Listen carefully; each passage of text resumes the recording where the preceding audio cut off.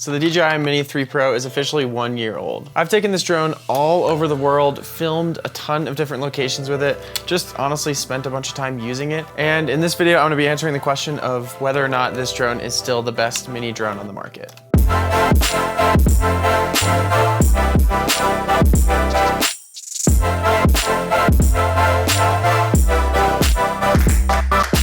Like I said, I got this drone about a year ago and I have been constantly impressed. But there's also a few not so great things about the drone that I've kind of discovered over the past year. In this video, I'm gonna be covering a bunch of the good things about it, the bad things about it, and the overall goal of this video is to just let you know whether or not you should buy it. To start off, let's talk about the things that I love about this drone. But before we get into that, if you guys could do me a huge favor and obliterate the like button, it honestly does a ton for the channel. And if you hit the like button, I will put a photo of a really cute baby lion at the end of this video. Now back to it. The first thing I'm gonna talk about is honestly probably my absolute favorite thing about this drone, and it's just how easy it is to bring around everywhere. This thing is just so small, and even with the little carrying case, you have the controller, batteries, and the drone in this tiny little package. Before I had this, my main drone that I was traveling around with was my Mavic 3. And after I got this drone, I used it for about 3 weeks and I decided to sell my Mavic 3 because I just wasn't using it at all. Now, that being said, most of my commercial drone work is all FPV, so I wasn't using my non-FPV drone as anything more than just kind of like for social media, for fun.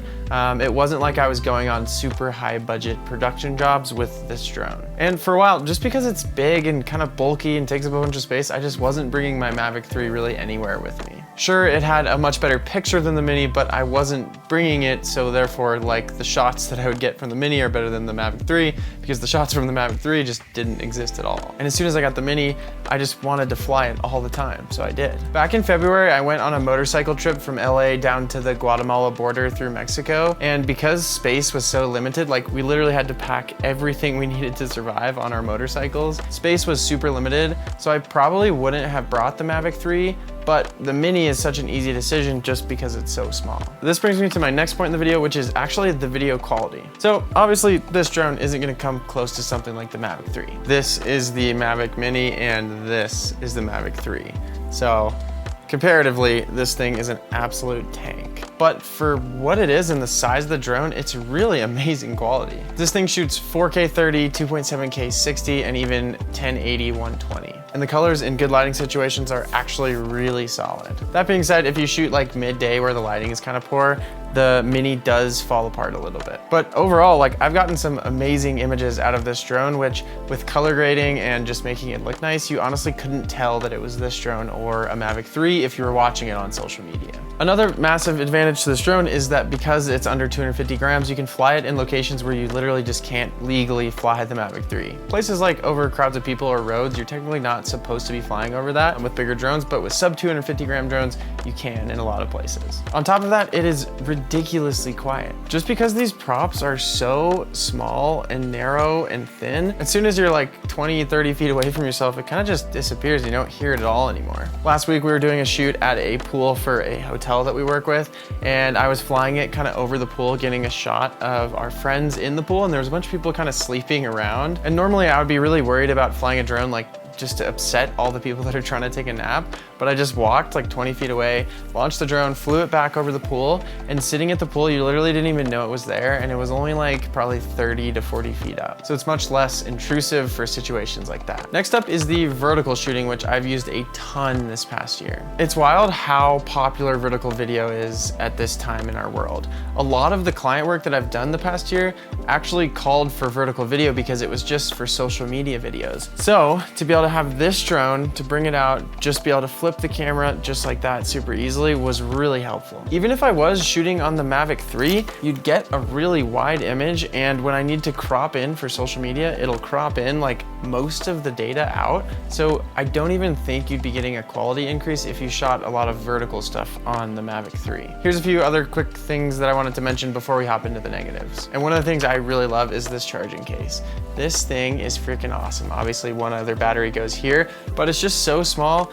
holds onto all your batteries. You can charge it via USB-C, and it's actually a power bank. And I cannot tell you how many times this kind of saved my ass when I forgot to charge the controller or something and didn't have a power bank with me, but I had this, so I just plugged it into here and crisis was averted. Next thing I want to talk about is the Pro controller. This is the first time I've had a DJI controller with the screen built in, and I kind of didn't think I would like it that much, but I absolutely love this thing. It's just like one less thing to worry about when you're flying is just dealing with your phone and all the cords and everything. And then lastly, this thing is incredibly durable. Because it's so light, crashes just don't affect it as much. So especially for beginners where you're probably gonna crash, this is a great pick. There was one situation last fall when we were shooting the fall colors where I accidentally just flew it into a tree and it fell from like 30 feet in the air, which usually I would be like super freaked out about, and I would think for sure a heavier drone would break, but I ran over there and the thing literally just like bounced off the ground and was totally fine.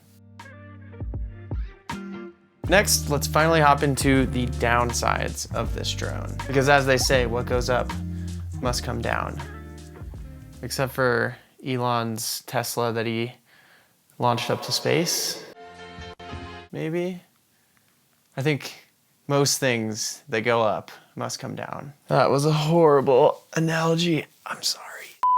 Before I hop into what I don't like about this drone, I want to take a quick second to talk to everyone on here that's planning on making videos with your drone. I'm sure there's some people buying this just for photography, but if you like making videos, this is for you. Because the gear that you use to shoot videos on is definitely a super important part of the equation. But the other half of things that's equally as important is actually editing and creating your videos. The sponsor of this video today is basically a platform that will allow you to turbocharge the entire edit process, and that is Artlist. I've talked about Artlist a bunch in the past, and the reason being is because it's something that I actually use in my workflow every single day. And what it is basically a massive library of resources for filmmakers and videographers. They have everything from copyright-free music to sound effects to stock footage, templates, motion graphics, plugins, and even their own editing software. The music that you're actually hearing in this video is actually from Artlist, as well as a lot of the sound effects. They have a ton of different plans depending on what you specifically need. Or you can bundle it all together in one big plan they call Artlist Max. They even have specific plans for just social media usage or literally unlimited use for anything else. Like I said, the gear that you use to shoot the videos on is only half the equation, and Artlist has you covered for the entire rest of it. So if you think it's something that can help you with your videos, go ahead and start the free trial. You get 2 free months if you use the link down below, and just see if it's something that will help your workflow. And guys, sponsors like Artlist are how I'm able to make videos like this. So it would mean the world to me if you just signed up with the link down below and just tried it out, see if you liked it. Thank you again, Artlist, for sponsoring this video. Now let's get back to what I freaking hate about this drone. Maybe just slightly dislike. Let's get back to it. The first downside that I want to talk about, which is also somewhat of a positive, is the video quality. With a smaller drone comes a smaller sensor, and with that you get a loss of image quality. Like I said, I'm incredibly impressed by this drone considering its size, but if I was doing more high-end commercial productions, I'd use something like a Mavic 3 or even a DJI Air 2S or a Mavic 2 or something like that. But for YouTube videos, personal videos, social media videos, the Mini does the trick. The Mavic 3 has a variable aperture, but this drone is locked at f1.7, which is pretty decent if you're shooting at night, but if you're shooting in bright daylight, you're definitely gonna wanna get some ND filters to kind of bring that exposure down. I use Freewell filters and I'll link those down below, but there's a few good companies that make them. Another thing that makes it kind of tough with this drone in some situations, to be honest, is how it handles the wind. Because it's light, it's obviously gonna get blown around a ton when there's high wind situations. And sometimes that can make the difference of whether you can get a shot or not. Several times, the fact that this thing didn't perform super well in the wind, it actually made it completely impossible for me to get specific shots that I needed to get for clients. For example, earlier this year, I was trying to get a top-down shot of a cove by a hotel we were shooting for. Shout out Turtle Bay. But I was basically trying to get this shot of my girlfriend snorkeling, and I just wanted to raise up above the beach. But because the wind was so gnarly, it kept tilting. So it would go up and it would be smooth, but then all of a sudden the camera angle would just kind of go like this, just because the drone itself is actually like at a much steeper angle than a bigger drone. So if you're gonna be flying primarily in a place with super windy conditions, some other heavier drone might be a better choice. Or you could just deal with it and kind of wait until you get lucky.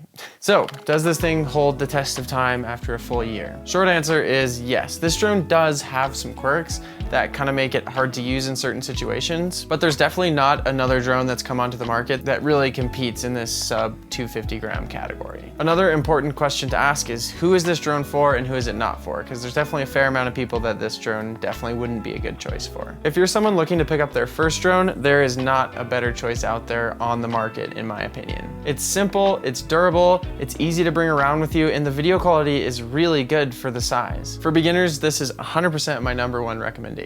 And the video quality is super solid for most people's usage. And even if you are someone who's just shooting for social media or YouTube videos, this also could be a great option. Like I said earlier in this video, I brought this drone on our motorcycle trip through Mexico, and I used it all the time, and footage from it is 100% gonna make it into the final cut of that video. And I use footage that I took on this for Instagram Reels all the time. But if you're someone who's already into drones, or you're looking to get hired on at like high-end production companies and stuff, you're definitely gonna wanna get something else. I actually put together a full Mavic 3 Pro review if you want to check that out here. Thank you guys so much for watching this video. If you are someone that hit the like button earlier, here is finally the photo of the cute baby lion. And if you didn't hit the like button, there's still time. Peace.